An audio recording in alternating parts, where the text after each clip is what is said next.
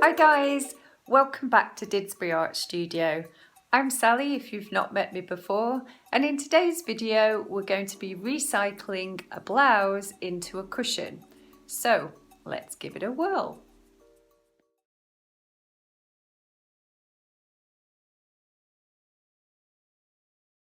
So I decided to do a project where I was drawing from the lampshade that I have in the art studio, and I thought it'd be really nice to do a cushion project in the shape of the lampshade. So here I am starting to do an observational drawing, just a line drawing of the lampshade, and then I am going to transfer it onto some larger paper. So I started working on A3 and I've enlarged it onto A2. So you can see I'm just doing an enlarged version. I'm also sort of simplifying it as well, because this is going to be my pattern that I cut out and I use as a template.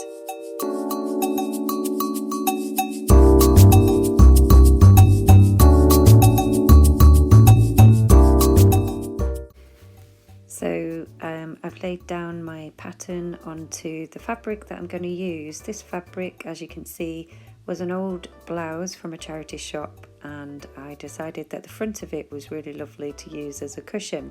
So I'm pinning down the pattern, and I'm just going to cut some excess fabric around the pattern so that it's a little bit easier to cut out later.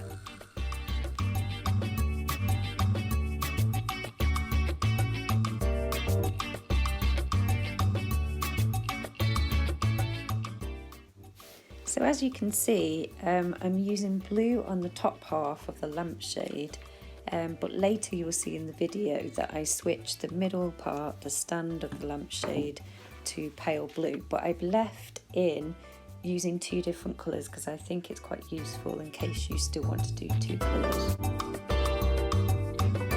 So here I've cut a strip of the Bondo web and I've ironed on the back of the Bondo web. And now I'm pulling away the paper side, which leaves the film on top of the fabric, and the blue fabric is the one that I want to iron down over the pink. So I grab my iron and I start ironing over the top, and the heat heats up the glue, and if you're really careful you won't burn your fabric, but on a low heat just iron over the top and it'll stick together. So next I am just drawing around the whole of the pattern with the blue fabric pen so it can wipe away later.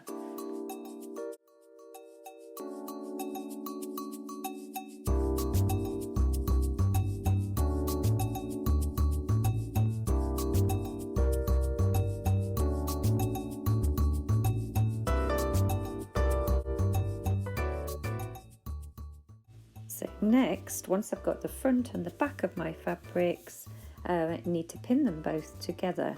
So I'm going to use my pins directly underneath the fabric line, and don't forget you need to leave a little bit of a gap around the lampshade base so that you can put your stuffing in, and you also need to leave a little bit of a gap underneath the lampshade. I did mine I think on the right hand side there, so that you can put the wadding in carefully.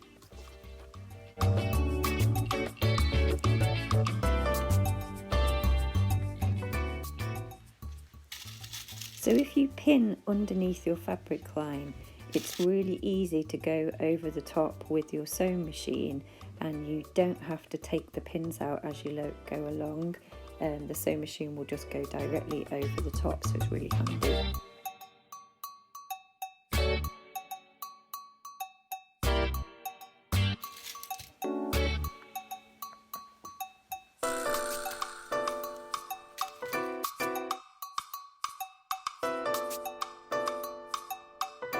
So I'm using straight stitch around my pattern, my drawing, and just watch what I'm doing on the corner there. I leave my needle in, lift up the presser foot and just swivel the fabric so that you never lose your place. So always leave the needle in when you're doing a curve and you get the best sort of curve going.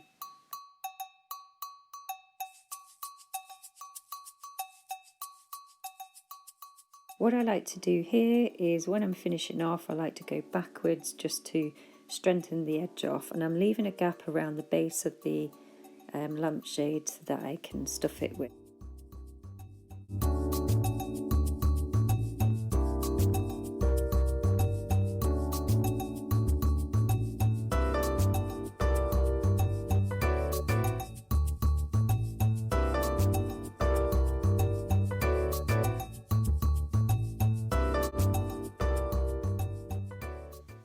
So here I'm drawing around the pattern with a centimetre seam allowance in the fabric pen so that I can cut along that line next.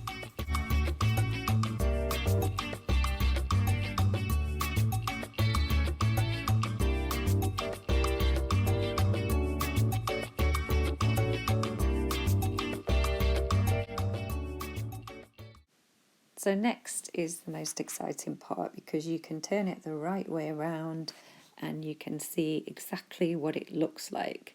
Now for me, I decided that I didn't like the pale pink so much, so I decided to switch it to pale blue to match the lampshade. However, still continue to turn it the right way around, but later on, once it's all turned the right way around, I cut off the stand and the base, and as you can see here, I decided to hand stitch the top part and then I hand stitched the bottom part to it.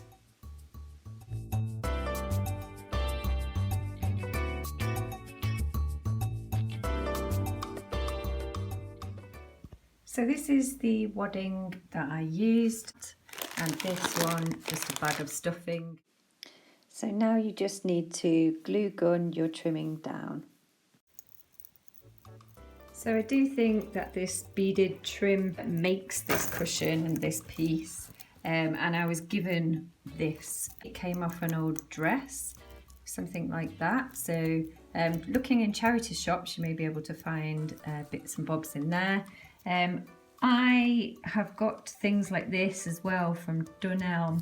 I think these are really pretty as well that you can use. There's a couple of things that I altered along the way with this project. I changed the colour to match a little bit more with the top here.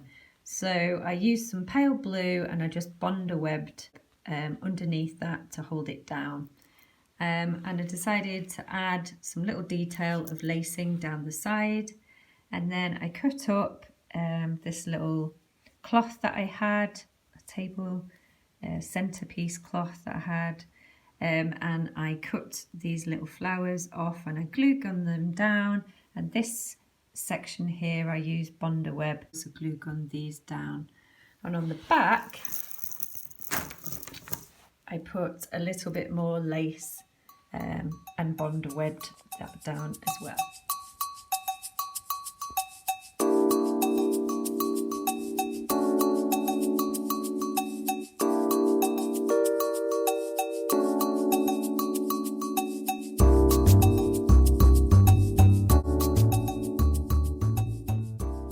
So I hope you enjoyed this video, and if you haven't subscribed already and you'd like to, please go ahead. That would be fantastic. Give me a thumbs up if you liked the video, and I will see you next Tuesday. Take care and keep safe.